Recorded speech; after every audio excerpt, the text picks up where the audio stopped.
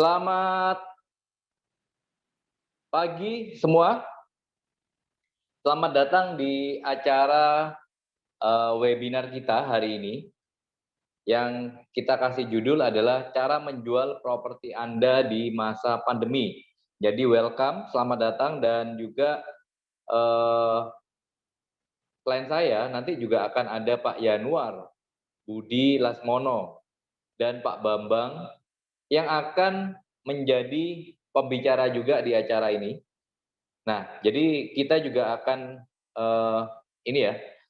Jadi kita akan berbicara bagaimana cara menjual properti di masa pandemi tersebut. Karena memang seperti teman para hadirin semua tahu bahwa memang menjual di masa sekarang juga tidaklah mudah. Nah, kita juga nanti akan berbicara juga mengenai peluang yang ada di industri ini. Oke, cara menjual properti Anda sebagai pemilik properti di masa pandemi. Jadi menjual properti walaupun bukan masa pandemi itu juga merupakan sebuah tantangan sendiri. Nah, apalagi di masa pandemi. Nah, hari ini saya akan mengupas tuntas strategi, trik, tip bagaimana kita bisa menjual properti kita di masa pandemi. Dan nanti juga kita akan Pak Yanuar juga akan berbicara mengenai peluang bisnis yang ada juga di bisnis ini. Oke, next. Nah, jadi seperti teman-teman semua ketahui bahwa pandemi ini mulai masuk ke Indonesia pada bulan Maret tahun kemarin. Nah, memang pada waktu itu masih baru 2 orang teridentifikasi di daerah Jabodetabek. Nah, tetapi setelah itu pandemi ini akhirnya merambat ke seluruh lokasi di Indonesia. Bahkan bulan Desember Januari kita juga lagi di puncak-puncaknya pandemi. Jadi COVID ini juga bukan hal yang biasa, tetapi merupakan sesuatu yang cukup menakutkan. Karena terus terang bukan ring 3 ya, tetapi ring 1 kita, teman kita, saudara kita, sanak saudara kita itu semua terkena dampak dari pandemi ini. Ya semua tahulah banyak yang sudah kena juga ya kan, terus kemudian juga nggak sedikit yang akhirnya kehilangan nyawa ya kan. Nah, memang nggak bisa dipungkiri pandemi ini cukup menakutkan.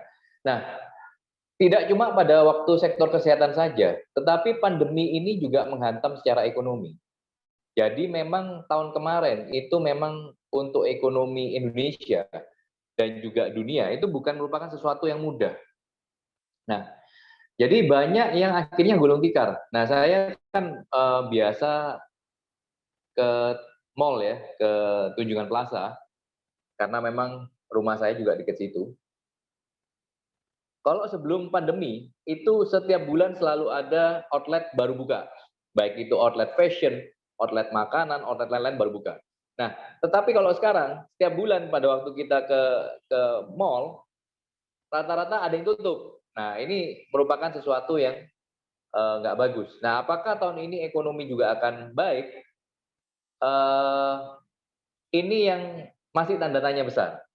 Karena memang vaksin sudah ditemukan, tetapi bukan artinya ekonomi akan segera pulih. Memang banyak yang bicara bahwa tahun ini Indonesia pertumbuhan ekonominya itu sudah bisa positif. Bahkan ada yang bilang bisa sampai 5%. Kok saya rasa agak berat ke sana.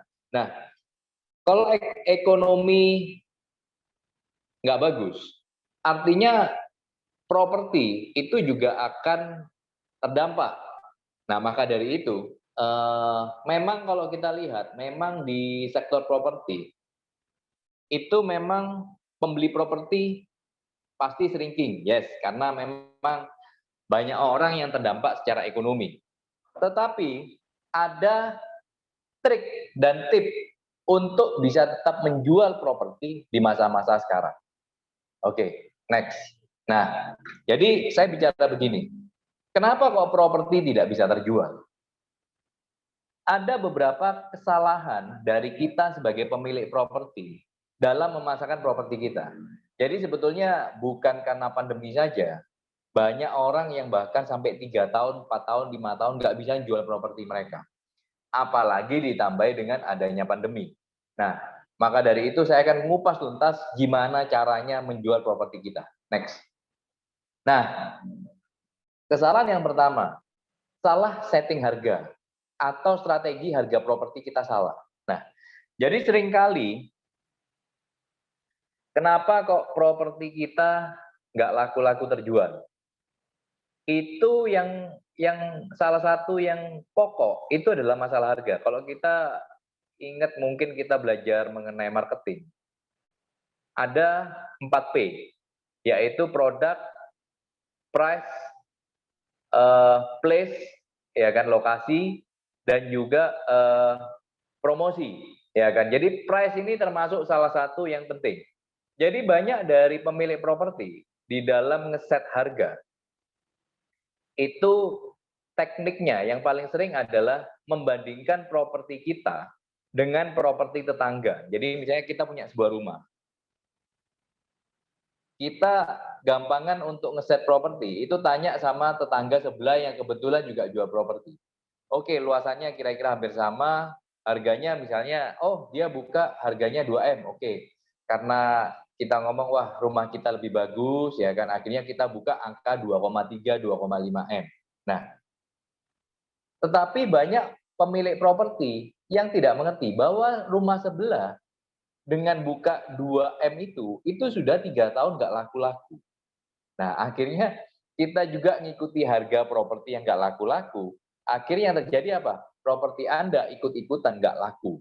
Nah, jadi kalau memang kita mau jual properti, setting harga, kemampuan kita untuk tahu harga pasar di situ, berapa yang bisa diserap dan sebagainya, itu akan menentukan seberapa cepat properti kita bisa laku terjual. Oke, next. Nah, ini juga yang jadi kendala bagi pemilik properti pada waktu mereka sudah mulai memasarkan propertinya. Follow up salah, tidak di follow up salah. Nah, jadi kadang kita sebagai pemilik properti kita terima telepon, mungkin kita pasang apa itu? Pasang banner ya di depan rumah kita, pasang spanduk di depan rumah kita, dijual nomor telepon kita. Terus kemudian kita masukkan iklan koran, nomor telepon kita. Nah, kita ditelepon. Kita dengan semangat kita menjawab, oke, harganya sekian dan sebagainya. Nah, pertanyaannya adalah, setelah orang itu tutup telepon, besoknya atau besoknya lagi, Anda follow up atau tidak? Itu pertanyaannya. Nah, ini cukup dilema bagi pemilik properti. Karena kenapa? Kalau kita kan punya kebutuhan segera menjual, kita pasti mau follow up. Kita follow up, Pak, bagaimana properti saya yang Bapak kemarin telepon. Nah, pembeli, Anda coba posisikan diri Anda sebagai pembeli. Pada waktu penjual follow up kita sebagai pembeli, kita akan berpikir di benak kita bahwa, oh, si penjual ini lagi butuh duit. Dia ngejar-ngejar saya. Nah, akhirnya apa? Dengan Anda follow up, pembeli akan menekan harga Anda karena dia berpendapat bahwa Anda butuh duit. Salah juga kan? Nah, tetapi kalau tidak di follow up, itu juga salah. Karena kenapa? Apalagi di saat pandemi, properti yang dijual dan disewakan jumlahnya banyak sekali. Jadi makanya ini dilema yang dipunya oleh pemilik properti. Follow up salah, tidak di follow up salah. Nah, ini beberapa kesalahan yang terjadi pada saat Anda sebagai pemilik properti mau jual properti Anda. Oke, next. Nah, kesalahan ketiga, pada waktu buyer negosiasi dengan Anda, seringkali akan terjadi yang namanya deadlock harga.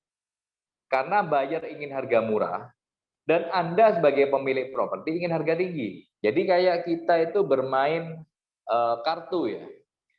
Kita bermain poker misalnya, atau kita bermain apalah, ya kan. kita berhadapan-hadapan dengan seolah-olah pembeli itu adalah lawan kita. Jadi kita ingin tahu si pembeli ini berani harga berapa, ya kan? Si pembeli pun tidak akan buka kartunya kepada kita karena dia juga ingin harga murah.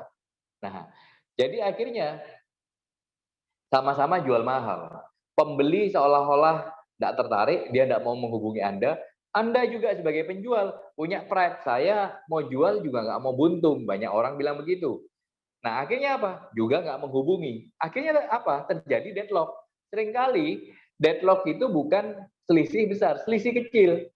Misalnya 2M sama 2,1 atau 2,2, nggak banyak selisihnya. Tetapi karena sama-sama punya punya keinginan sendiri, buyer pengen harga murah dan Anda sebagai penjual ingin harga yang tinggi, akhirnya seringkali terjadi yang namanya deadlock. Ya kan? Oke. Next. Nah, yang keempat. Nah, seringkali kalau kita bilang sama siapa? Pemilik. Kadang pemilik terlalu nahan harga atau dia jual mahal dan selalu bilang begini, saya nggak butuh duit kok, ya kan? Jadi saya nggak butuh jual cepet-cepet. Nah, tetapi apa yang terjadi apabila properti dibiarkan terlalu lama dipasarkan? Sehingga akhirnya banyak orang di sekitarnya menganggap properti Anda sudah basi. Memang properti bukan kayak makanan yang bisa basi. Tetapi akhirnya banyak asumsi-asumsi yang beranggapan bahwa ada sesuatu nih pasti dengan properti ini. Kenapa kok nggak laku-laku? Jadi seringkali waktu kita mau lihat properti yang sudah lama dipasarkan, kadang-kadang tetangga-tetangganya bisa bilang gini, kamu lihat itu udah lama sekali lu nggak laku-laku. Dengar-dengar itu ada apa-apa di dalamnya. Nah, seringkali terjadi seperti itu. Dan akhirnya apa? Karena properti itu lama nggak laku-laku. Dengan adanya bumbu kanan kiri seperti itu, tambah nggak laku-laku. Jadi sebetulnya kalau memang Anda serius menjual properti, jangan biarkan properti Anda itu terlalu lama di pasaran, apalagi sampai hitungan tahunan, 2 tahun, 3 tahun, 5 tahun. Wah, itu sangat tidak baik. Nah, maka dari itu kita kalau memang belum siap menjual properti, jangan ditaruh di pasar. Kalau kita memang siap ditaruh di pasar, usahakan harus laku dalam kurang dari 1 tahun. Kalau bisa dalam hitungan bulan harus laku. Oke, next. Nah, yang kelima adalah cara pemasaran kita sebagai pemilik properti, Anda sebagai pemilik properti itu terbatas. Karena kenapa? Jadi kebanyakan pemilik properti, cara masarkan paling simpel adalah pasang spanduk di depan rumah, ya kan? Mencantumkan nomor telepon Anda sendiri. Itu yang paling mudah, paling murah. Nah, terus yang kedua, paling ya Anda masukkan ke koran, ya kan? Itu pun hanya beberapa kali saja. Ataupun Anda, misalnya Anda bisa digital, Anda masukkan di sosial media Anda masukkan di, mungkin ada portal properti, ya kan? Hanya seperti gitu. Dan akhirnya apa yang terjadi? Karena memang cara pemasaran Anda terbatas, akhirnya respon yang Anda dapatkan juga terbatas. Dan akhirnya apa yang terjadi? Penawaran yang Anda dapatkan itu bukan penawaran yang terbaik. Oke, next. Nah, jadi solusinya bagaimana? Cara menjual properti bagi Anda, penjual properti di masa pandemi. Ini ada beberapa solusi yang kita bisa berikan kepada Anda. Nah, dan nanti juga Pak Bambang itu akan juga menge-share, karena dia juga sebetulnya sebagai investor properti, kita tanya sama beliau juga bagaimana cara menjual properti dia di masa-masa sekarang. Oke, next. Nah, yang pertama adalah strategi harga yang benar dengan cara kita melakukan riset harga pasar.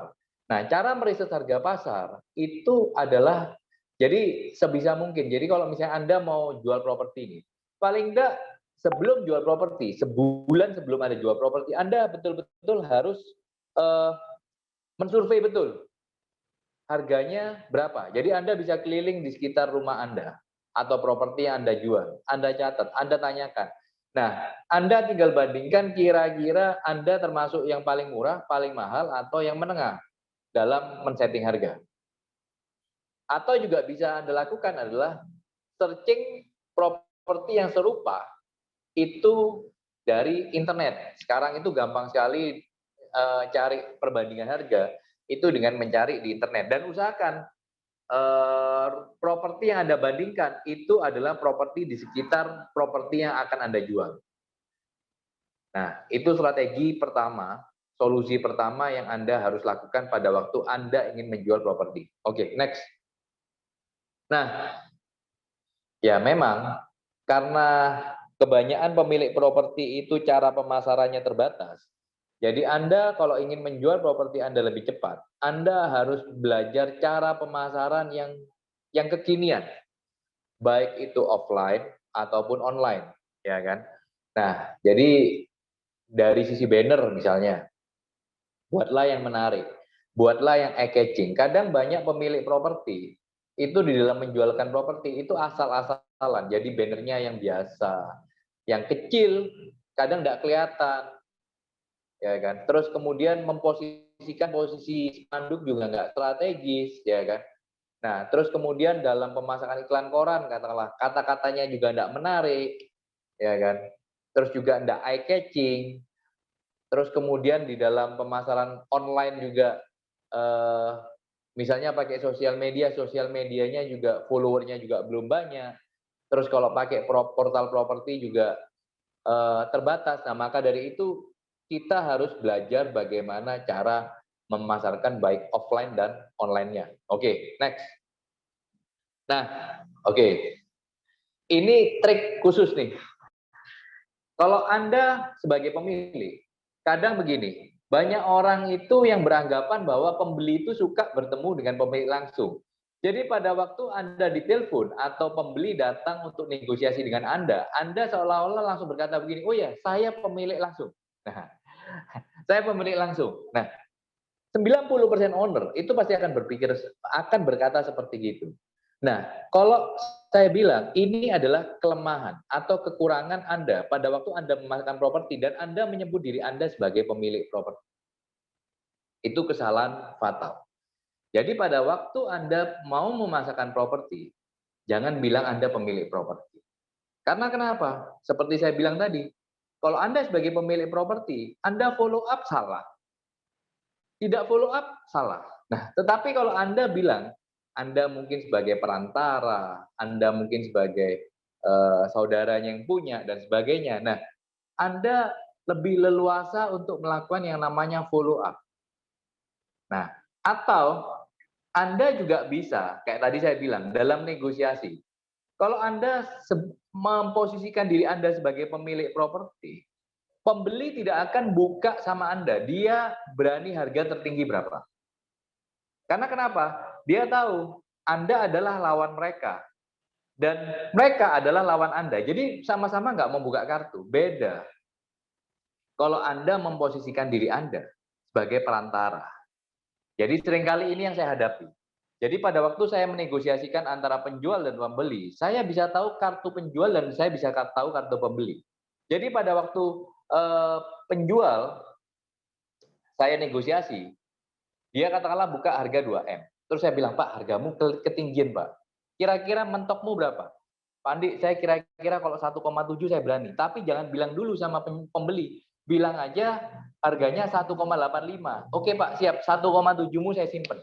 Nah, begitu saya ketemu dengan pembeli, saya juga lobby, Pak, kamu jangan nawar 1,6 lah, kerendahan. Berapa?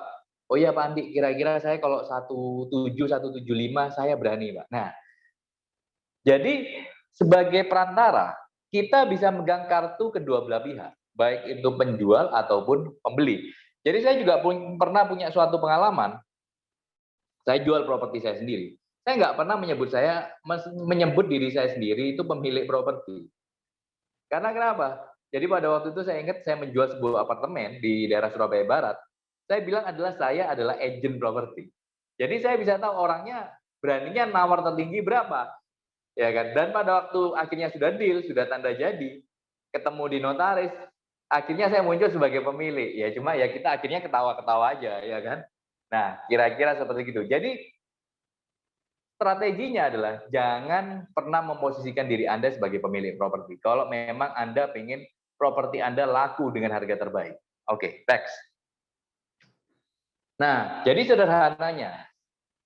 Jadi kalau Anda ingin tahu semua trik dan tip untuk jualan properti, dan Anda ingin jualan properti secara profesional, jadilah agen properti. Sehingga Anda dapat ilmu dan juga strategi harga, bagaimana memposisikan harga, bagaimana memasarkan properti Anda. Dan Anda dengan bergabung dengan agent properti, misalnya dengan Ray White. Nah, banner Anda tulis aja banner Ray White. Ya, kan? Nah, jadi akhirnya Anda berperan sebagai agent properti, bukan sebagai owner properti. Dan itu menurut saya agent properti, link kita itu sangat banyak. Jadi kita punya WhatsApp group itu banyak bersama dengan agent-agent properti yang lain. Jadi akhirnya terdapatlah pool of buyer yang banyak. Nah, jadi pembeli dari Jakarta cari Surabaya, nah kita bisa mengkonekkan dengan properti yang Anda pasarkan. Nah, oke. Thank you. Yang terbawa broker properti, dan ini dikutip oleh Warta Ekonomi edisi tahun Juni 2001. Berarti kurang lebih sekitar 20 tahun yang lalu. Itu profesi broker properti itu penghasilannya bisa 1 sampai 2 miliar per tahun. Nah, jadi mau nggak sekalian sambil menyelam minum air sambil jual properti Anda, dan juga potensi income-nya yang luar biasa. Oke, nah itu tahun 2001, berarti 20 tahun kemudian itu jumlahnya pasti bisa lebih fantastis daripada sekarang. Nah, oke, itu kira-kira dari saya. Atau simpelnya, selain Anda jadi agent properti, simpelnya adalah begini. Kalau memang Anda mau jual profesional di area Anda, jadi sehingga kadang kan banyak pemilik yang tidak mau berkolaborasi karena alasan mau menghemat komisi dan sebagainya. Nah, kalau menurut saya, fee itu bisa dimasukkan di dalam faktor harga Anda. Jadi fee itu sebetulnya kalau dimasukkan di dalam faktor harga Anda, akhirnya yang bayar siapa? Pembeli, bukan Anda. Oke, nah sekarang saya akan melakukan interview. Oke, selamat pagi Pak Bambang. Oke. Ya, pagi. Nah, jadi saya sedikit prolog mengenai Pak Bambang Budiono. Jadi Pak Bambang ini juga pengusaha, dan dia ini juga investor properti. Dia juga punya properti tidak cuma di Indonesia, tetapi juga di di luar negeri ya. Nah, tetapi dia juga akhirnya memutuskan untuk bergabung dengan Ray White, dengan agent properti, dan 1 tahunnya rata-rata di atas 1 miliar rupiah. Jadi lumayan, dari bisnis pokoknya dia sendiri dia juga menghasilkan, dari properti juga menghasilkan, dan dari investasi properti juga luar biasa. Nah, oke. Mungkin Pak Bambang bisa share sedikit mengenai background Pak Bambang. Oke. Ya, thank you Pak Andi. Oke. Saya pribadi, background saya udah mulai bisnis mulai tahun 99. Itu saya wira swasta aksesoris handphone. Saya impor aksesoris handphone saya kerja aksesoris handphone mulai tahun 99. Jadi udah hampir 22 tahun. Saya dengan Pak Andi teman sekolah di SMA. Waktu tahun 2000 suka ke properti, karena waktu itu memang saya lihat properti ini yang paling menguntungkan. Saya ketemu orang-orang sukses pasti rata-rata punya properti yang banyak. Nah, saya waktu itu sempat berpikir, saya kalau mau nekuni atau saya mau hobi sesuatu, itu saya harus tahu dalamnya. Tidak mungkin saya tahu luarnya aja. Maksudnya saya mau supaya saya tidak ditipu atau tidak dijebak oleh broker-broker atau sama orang lain gitu kan. Nah, saya belajar. Awal mulanya saya berpikir seperti itu. Saya nggak ada berpikir untuk dapat komisi 1M, nggak ada. Itu jauh dari pikiran itu. Pokoknya pikiran saya waktu itu adalah saya pingin supaya saya invest itu nggak salah. Nah, saya ikut training, saya ikutin semua, saya belajar, akhirnya saya mengerti. Waktu itu ada istilah HPL. Mungkin Bapak Ibu, para investor di sini ada yang tahu, ada yang tidak tahu. Dulu saya nggak ngerti. Dulu saya taunya surat itu kan HGB, SHM, surat hijau. Itu pun di Surabaya aja. Kalau di luar kota nggak ada yang tahu surat hijau. Tapi saya nggak pernah tahu HPL. Apa itu HPL nggak ngerti saya. Nah, sewaktu itu saya terjadi tahun 2009, saya sempat negosiasi salah satu ruko di belakangnya Leko, HR Muhammad Patung Kuda, belakangnya Leko. Waktu itu orangnya pemiliknya saya tanya, Pak, suratnya apa? HGB. Oh oke. Waktu itu udah deal harga 300 juta. Sama saya ingat nominalnya. Murah banget kan, 300 juta. 2009, sekarang mungkin 1M. Loh, kok Bapak batalin kenapa? Saya bilang, ini HGB di atas HPL loh Pak. Loh, ini HGB. Dia ngotot. Saya bilang, Pak, ini HPL. Dia ngotot, tetap orangnya bilang ini HGB. Saya bilang bukan HGB Pak ini, Pak ini bukan HGB murni. Terus dari situ mulai saya bukain, saya tunjukin bahwa ini HPL. Saya bilang Bapak cek di Google deh, saya bilang supaya Bapak tahu. Untung saya waktu itu tidak terjebak. Andai kata waktu itu saya nggak gabung di properti, mungkin saya beli. Karena suratnya surat hijau, ya HGB maksudnya ya. Suratnya HGB. Jadi HGB-nya ada HGB-nya, tapi itu di atas HPL. Nah, ini contoh-contoh seperti inilah saya mulai belajar. Terus kedua, lahir dari Surabaya, ya saya taunya invest Surabaya. Waktu itu saya terjadi 2014. Saya diajak sama Pak Andi waktu itu, Bang, ada dari Rewet Indonesia nawarin properti Johor waktu itu pertama kali luar negerinya. Johor sama apa? Australia. Ya udah deh, ikut. Saya ikut-ikut. Dari situlah saya mulai ngerti. Wih, ternyata menarik juga nih tahu. Oh, ternyata ada gini-gini ya. Dari detailnya ilmu itu lebih saya tahu. Nah, akhirnya dengan berjalan waktu, ya puji Tuhan juga, saya akhirnya pernah satu event, waktu itu Pak Andi juga hadir di Sheraton, sama masih ingat, itu satu hari bisa closing 5 unit. Dalam waktu satu hari, itu komisinya sekitar 300 jutaan dalam waktu satu hari. Dari situlah saya mulai, wah, tapi saya tetap bekerja di saat malam, atau di saat minggu, atau di saat hari lain, yang ada event properti, saya kerja. Jadi kerja saya memang tidak full time, tapi saya kerja total. Di saat saya kerja ya kerja beneran gitu. Dan akhirnya puji Tuhan saya 2016, 17, 18 mungkin ya saya bisa menjadi sekelas dari saya Pak Andi. Oke, jadi Pak Bambang ini juga tidak meninggalkan bisnisnya karena memang bisnisnya juga cukup besar.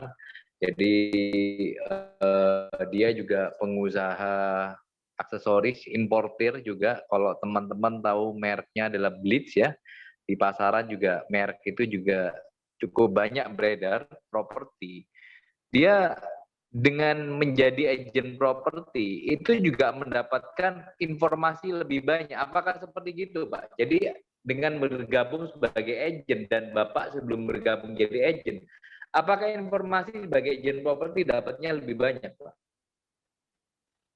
Betul, ya betul sekali Pak. Saya ngerasain informasi-informasi, bahkan terkadang itu ya kalau ada orang bilang kan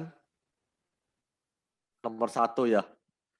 Jadi terkadang kalau kita kan nggak percaya sama agent, biasanya wah kamu agent ngomongnya api gitu kan. Tapi kalau kita benar di dalam, kita akhirnya tahu oh benar bagus atau tidak. Nah, kita saya juga ngerti. Oh ini bagus, ya udah saya beli, ikut beli gitu. Nah saya berasa dengan teman-teman juga ini ya. Dan mungkin satu hal, mungkin Bapak Ibu investor mungkin di sini kalau ada yang event, waktu itu jualan properti beberapa kali event ya. Itu teman-teman saya yang saya undang, saudara saya atau customer saya yang saya undang, mereka tanya ke saya, "Loh Bang, kamu beli nggak?" "Duh, saya beli kok." "Ayo beli bareng." "Ya udah, ayo beli bareng." Jadi akhirnya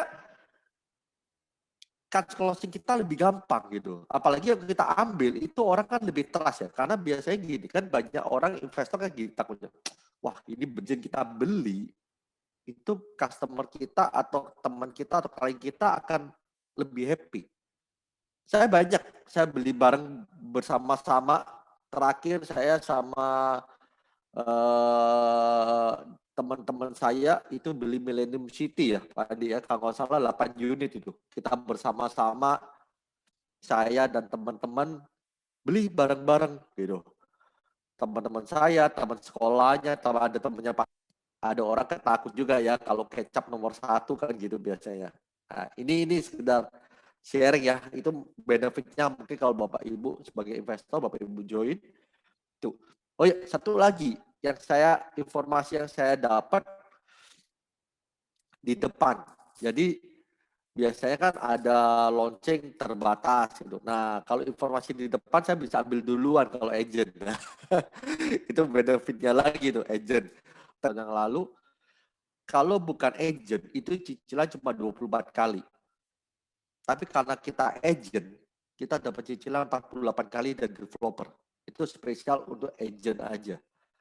Dan itu harus punya kartu nama dan lain-lain. Itu begitu kita punya kartu nama, kita dapat cicilan 48 kali. Wow, ya lumayan lah dibandingkan kalau kita bukan agent. Udah gitu komisi masih dapat lagi. Itu makanya kalau menurut saya sih, saya kemarin closingan saya sendiri bisa-bisa udah ratusan juta. Saya beli tanah, jual beli tanah pun saya dapat lagi cashback. Saya beli pun dapat lagi cashback. Kan lumayan daripada tidak. Dan itu sekali cashback pasti puluhan sampai ratusan juta. Lumayan lah kalau di total udah bisa beli Fortuner atau sampai Alphard itu lumayan. Itu Pak Andi. Thank you. Oke, jadi sambil menyelam minum air ceritanya. Jadi sambil Iya. jualan, beli, dapat komisi. Ya kan? Nah, apalagi sekarang Bapak Ibu. Jadi sekarang ini jualan properti harga 200-300 juta itu BLT-nya aja atau closing fee untuk agent itu bisa mencapai 15 sampai 20 juta. Gabung aja di Rewet ya kan. Selain Anda bisa dapat informasi lebih dulu, bisa dapat duitnya juga. Kalau jual properti Pak Bambang sendiri itu lebih enak di agent properti atau enak Bapak waktu sebagai pemilik properti sendiri, Pak? Oke. Kalau saya dua-duanya ini ya, saya berusaha kalau di depan klien, saya tidak menambahkan saya sebagai ini ya pemilik seperti Pak Adi katakan juga sama. Kemarin saya jual tanah saya Citraland 2 kali, itu sama sekali investornya tidak tahu kalau saya yang punya gitu. Jadi nego-nego saya brokernya gitu. Dan nanti waktu acara nggak tahu kalau saya yang punya. Gitu. Ya saya hanya sebagai agent nanti cara tanda tangan. Bahkan waktu itu tanda tangan karena sekarang ini ya karena corona pun biasa tanda tangan di Citraan juga bisa terpisah. Penjual dulu baru pembelinya tanda tangan setengah jam kemudian itu bisa kita nggak ketemu. Jadi mereka nggak tahu kalau saya coba paling kita tahu pasaran. Oh, harga di sini berapa sih? Yang paling murah berapa sih? Kita tahu. Ya, dan informasi itu kita dapat di depan semuanya. Termasuk contoh ya. Contoh Bapak Ibu. Terkadang kita titip di agent. Saya pernah ngalami dulu sebelum 2008 saya gabung, saya pernah titip di agent ke barang saya. Nah, kalau saya sekarang ini kan kita ada gabung di grup, ada gabung banyak. Jadi kita juga tahu misalnya contoh nih, kemarin ada orang cari di grup banyak broker dicari daerah Citraland luas 200-an. Saya WA ke agennya. Tapi kalau misalnya nih kita titip ke agent A, belum tentu agent A itu ingat kita punya tanah lebih besar.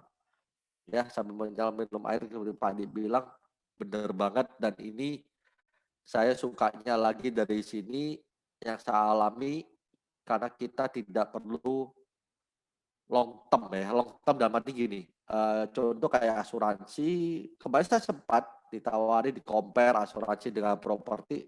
Saya bilang saya lebih suka properti. Kalau properti kan sekali dapat udah, kita nggak ngerawat orang selamanya kan. Kalau selesai transaksi selesai ya udah kan gitu kan. Orang beli rumah selesai kan, nanti bulan depan atau tahun depan rumahnya kena gempa kan kita nggak disalahin.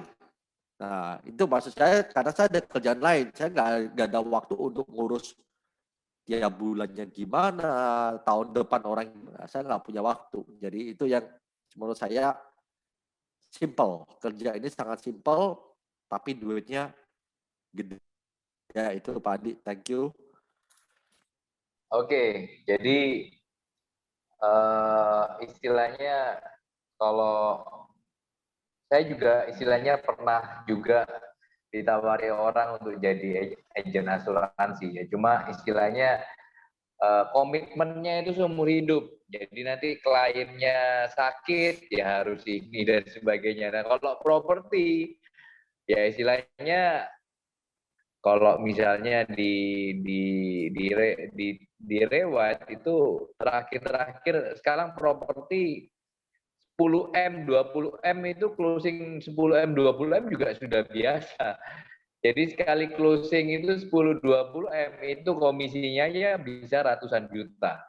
Jadi ini lumayan sekali bagi Bapak Ibu yang di sini juga investor properti dan juga mau coba peruntungan Anda di sektor properti. Oke, jadi apa bedanya Pak Bambang waktu sebelum gabung Rewet jual properti Pak Bambang sendiri dengan sekarang pada waktu di Rewet Pak Bambang sebagai agent dan juga sebagai penjual properti, apa bedanya Pak Bambang? Yang saya rasa pasti saya merasa lebih mudah. Lebih mudah. Kedua, saya tidak dipermainkan harga oleh agen-agen tidak ini ya, maksudnya yang kadang-kadang ada agen yang bisa menekan harga karena saya tahu harga. Saya tahu apa ya, maksudnya dalam arti ketipu itu nanti kita ditekan, dan karena kita tahu semua pasaran, kita tahu gitu. Jadi contoh misalnya orang-orang ada tawarin, karena memang ada banyak agent, saya nggak bilang semua ya, tapi ada beberapa agent itu bekerja dengan uang. Jadi intinya properti jelek pun dia jual, atau properti ini walaupun kasus pun dia jual. Jadi yang penting dia dapat. Bapak Ibu, paling gampang ruko. Kalau misalnya ruko, misalnya kita ngomong apa, RMI kebun bibit. Itu setahu saya suratnya HPL semua. Terus juga rungkut Megaraya, yang jalan raya Panjang Jiwo ya, rungkut yang di pojokan itu lampu merah, itu juga HPL semua. Tapi pun dikasih uang 500 juta pun, harga ruko walaupun 2M saya dijual 500, saya juga nggak mau karena HPL. Kayak kebun bibit setahu saya HPL-nya udah pendek sekali, itu tinggal mau habis saja. Dan namanya HPL takutnya nggak bisa diperpanjang. Ya, tapi orang lain kalau kita orang awam nggak masuk di properti, mungkin dia akan push kita agennya, Pak ini murah Pak Bambang ini murah. Wah, kalau kita udah tahu mana yang cukup bagus ya, karena kita tahu gitu. Itu sih Pak Adi. Jadi Itu yang saya rasain ya. Jadi jualnya lebih gampang, hasilnya lebih tinggi. Udah gitu dapat cashback lagi. Jadi double nih dapatnya. Silakan dari Bapak Ibu ada yang mungkin mau bertanya. Saya mau tanya satu hal ini. Oke, Saya silakan Pak. penasaran dengan Pak Oke, Bambang. Pak silakan Bambang, Pak. waktu pertama kali Bapak, karena Bapak kan dengan Pak Andi kan teman sekolah. Pertanyaan saya adalah, mengapa Bapak memilih Rewide? Terima kasih Pak Bambang. Rewide. Terima kasih Pak Oke. Bambang. Thank you Pak Yanuar. Kalau saya pribadi sebelum saya gabung awal mulanya sih karena saya temannya Pak Andi. Saya kenal dulu dengan Pak Andi. Awal mulanya sih private-nya ya kalau terang. Tapi setelah saya jalan, saya ngerasain ternyata efek sebuah nama Rewet ini juga saya pernah nego dengan klien yang tidak saya kenal. Dia tanya dari mana, dari Rewet. Dia langsung welcome ke saya. Saya udah bayangin, wah ini kalau saya dari kantor yang nggak punya nama, mungkin dia bilang, siapa kamu? Ya, jangan-jangan malah nggak percaya sama saya gitu.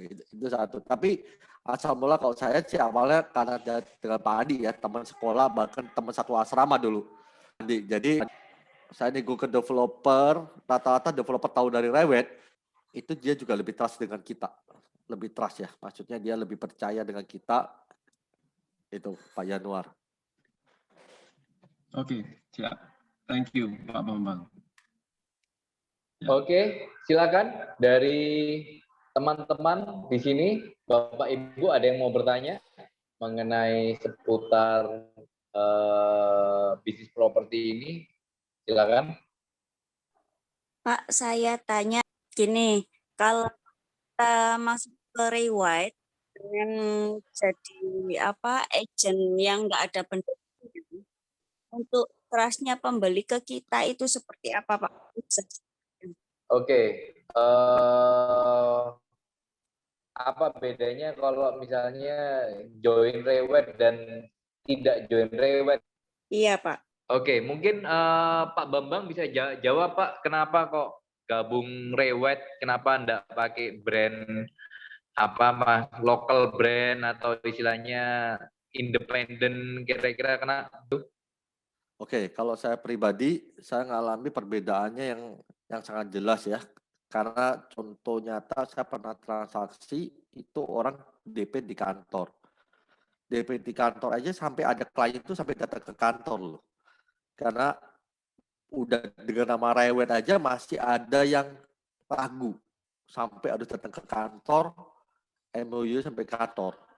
Saya bisa bayangin apalagi orang yang nggak punya kantor. 10-20 juta, terkadang bisa sampai ratusan juta. Itu satu hal. Kedua, klien juga beberapa itu begitu dengan nama Rewet, dia mau taruh NUP lebih percaya seperti yang saya cerita ya, karena memang kita manusia awam pun kalau taruh orang yang walaupun kita kenal, tapi kalau kita nggak ada perusahaan kita juga takut loh. Ternyata begitu cancel, DP-nya dicicil balikannya. Dia cerita DP-nya 75 dicicil 5 juta, minggu depan lagi 5 juta, karena uangnya kepake. Nah kayak gini ini orang pasti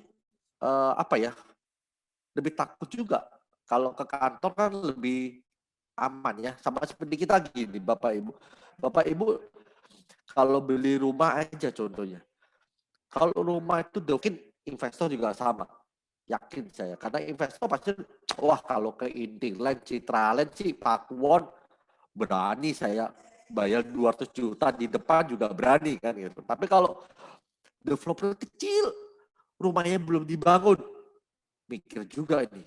Mau bayar lunas atau mau bayar UT-nya juga takut nih. Jangan-jangan dibangun nggak? Nah, samalah seperti itu. Ya, kalau perusahaan pun kalau kita perusahaan yang kelihatan adalah kita nggak bisa jual primary. Kalau Bapak Ibu mungkin tradisional itu primary tidak bisa jual. Bisa jual pun di bawah adanya kantor-kantor juga. Dan itu pun komisinya juga beda, dipotong. Jadi menurut saya sih nggak ada untungnya, nggak bisa jual properti luar negeri, nggak bisa jualan, nggak boleh. Lain hanya ke kantong-kantong yang punya nama. Closing kita lebih terbatas ya, lebih sedikit. Peluang closing kita lebih kecil, peluang closing kita. Karena kita nggak bisa masuk ke semua segmen ya. Kayak kemarin ada properti baru keluar, kalau kita broker tradisional nggak bisa jual gitu. Broker tradisional apa bedanya dengan kantor ya? Kita bekerja satu tim. Kalau broker tradisional kan bekerja sendiri, individu. Contoh nyata ya, teman-teman mungkin kalau ada kasus, punya masalah, bisa sharing. Bisa sharing dengan prinsipalnya atau dengan manajernya. Kita akan punya solusi bersama-sama, memikirkan bersama-sama. Tapi kalau broker tradisional kan hanya sendiri. Dia berjuang sendiri. Terus di saat ada membutuhkan sesuatu, misalnya, oh saya butuh properti nih, ada klien saya cari, ruang lingkupnya kecil, teman-teman hanya punya link dengan, tapi kalau kita punya kantor, apalagi seperti Rewet Platinum, kantor Pak Adi ini ada sekitar beberapa kantor, itu bisa kita saling link, saling melengkapi gitu. Misalnya saya butuh properti di misalnya Australia, mungkin kantor private yang lain bisa punya. Kita ada grup private, kurang lebih sejatim ya, sejatim juga ada. Jadi kita bisa saling share info. Tapi kalau kalau broker tradisional ya, maksudnya individu itu nggak bisa. Mereka bekerjanya lebih susah. Itu Pak Adi, thank you. Thank you Bu Iva, itu tambahan sedikit dari saya. Oke. Kalau nggak ada pertanyaan, mungkin Bang, untuk mengakhiri acara ini, silakan Pak Bambang. Bapak Ibu di sini sebagai investor atau sebagai yang mau bekerja di sini, saya yakin peluang ini lebih besar sekali jika Bapak Ibu ini ya investor dan bergabung di Rewet. Kenapa? Karena saya mengalami kalau kita mengundang saudara atau teman kita, yang ngundang itu kita orang lebih trust, tidak bonafit lah, atau apa ya bisa dibilang bahasanya itu tidak meyakinkan, mungkin Bapak Ibu juga takut ya. Tapi kalau yang undang mungkin Bapak Ibu sendiri sebagai investor, saya ngundang teman saya sekolah, ngundang saudara saya closing dari teman dan saudara rata-rata. Saya jualan properti di Johor 25 unit, saya pribadi itu sama saya. Akhirnya mereka mau datang ke acara dan akhirnya closing. Itu yang membuat saya bisa berpenghasilan lumayan di Rewet. Mungkin sebagai informasi Bapak Ibu, kalau sebagai investor saya yakin relasi Bapak Ibu, kenalan Bapak Ibu pasti lebih bagus ya, lebih dibandingkan yang mereka bukan investor. Saya yakin bisa berpenghasilan mungkin melebihi saya ya, bisa melihat karena saya di Jakarta, saya lihat juga kaget di Jakarta itu agent Jakarta bisa sampai 3M 5M per tahun. Wow, saya belum sampai ke sana ini, lagi semangat untuk mencapai ke sana, lagi belajar terus sampai ke sana. Jadi Bapak Ibu jika investor, saya yakin kesuksesan lebih gampang. Oke, terima kasih banyak Pak Bambang buat closing statement-nya. Terima kasih dan salam sukses untuk kita semua. Terima kasih Pak Yanuar, terima kasih Pak Bambang untuk waktu dan kesempatannya, dan terima kasih untuk semuanya. Oke, thank you. Thank you.